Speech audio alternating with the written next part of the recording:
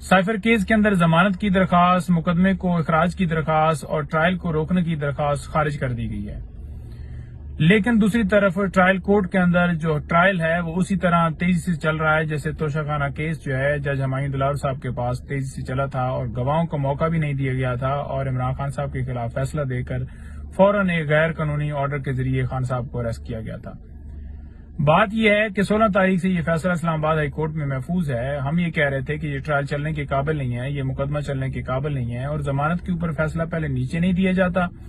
جج صاحب چھٹی پر ہیں، پراسیکیوٹر اویلیبل نہیں ہے، اور اسی طرح اسلام آباد ہائی کورٹ میں بھی یہی بہانے بنائے جاتے ہیں اور مقدمے کو ایڈجرن کیا جاتا ہے۔ جب آرگومنٹس مکمل ہو جاتے ہیں تو اس کے بعد فیصلے محفوظ کر لی جاتے ہیں اور پھر لیٹ دیے جاتے ہیں۔ زبردستی عدالت کاپیاں دینا چاہتی ہے، حالانکہ کاپیاں وصول نہیں کرتے، اور عدالت آرڈر کے اندر لکھتی ہے کہ کاپیاں دے دی گئی ہیں اور انہوں نے سائن نہیں کیے، اور اگلی ڈیٹ کے اوپر تصور کیا جائے گا کہ انہوں نے سائن کر دی ہیں۔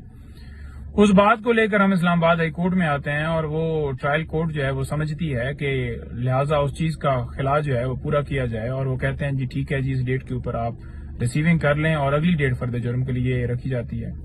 17 تاریخ سے لے کر 23 تاریخ تک 7 دن کا ٹائم کیسے پورا ہو سکتا ہے؟ حالانکہ قانونی طور پر یہ تقاضا ہے کہ فرد جرم لگانے کے لیے جب کاپیاں دی جائیں گی تو اس کے بعد 7 دن کا ٹائم دیا جائے گا، لیکن 7 دن کا ٹائم نہیں دیا گیا، اور 23 تاریخ کو فرد جرم اسی طرح سے زبردستی نافذ کرنے کے لیے ڈیٹ فکس کی گئی، اور عدالت میں جب 23 تاریخ کو پہنچے ہیں اور وہاں پر یہ کہا گیا ہے کہ جو کیس ہمارے اوپر بنایا گیا ہے وہ یہ ہے کہ سائفر اپنے پاس رکھا اور اس کو مس یوز کیا، اسے چوری کر لیا، تو سائفر کو ریکارڈ کے اوپر ہونا چاہیے تھا کیونکہ آپ نے تو برآمد کرنا ہے۔ جب سائفر ریکارڈ کے اوپر نہیں ہے، منٹس آف میٹنگ موجود نہیں ہے، تو پھر ٹرائل جو ہے وہ کیسے آگے فرد جرم لگ سکتا ہے؟ اور یہ بھی ان سے صدا کی گئی کہ تمام کاپیاں جو ہیں وہ دی جائیں، ایکیوز جو ہیں وہ وصول کریں،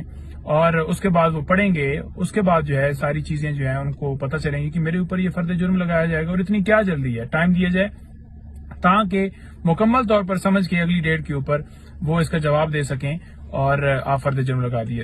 دیجیے گا۔ لیکن ایسا نہیں کیا گیا، اور یہ کہا گیا کہ نو، فرد جرم جو ہے آج ہی آپ پہ لگایا جائے گا، اور زبردستی لگا دی گیا۔ مختلف درخواستیں دی جاتی ہیں، 265D 265C ایڈجرنمنٹ کی، کوئی درخواست قبول نہیں کی جاتی، تمام درخواستیں واپس کر دی جاتی ہیں۔ پھر اس کے بعد جو ڈیٹ رکھی جاتی ہے وہ رکھی جاتی ہے کہ گواہوں کو طلب کیا جا رہا ہے 27 کو۔ آج 5 گواہ جو ہیں وہاں پر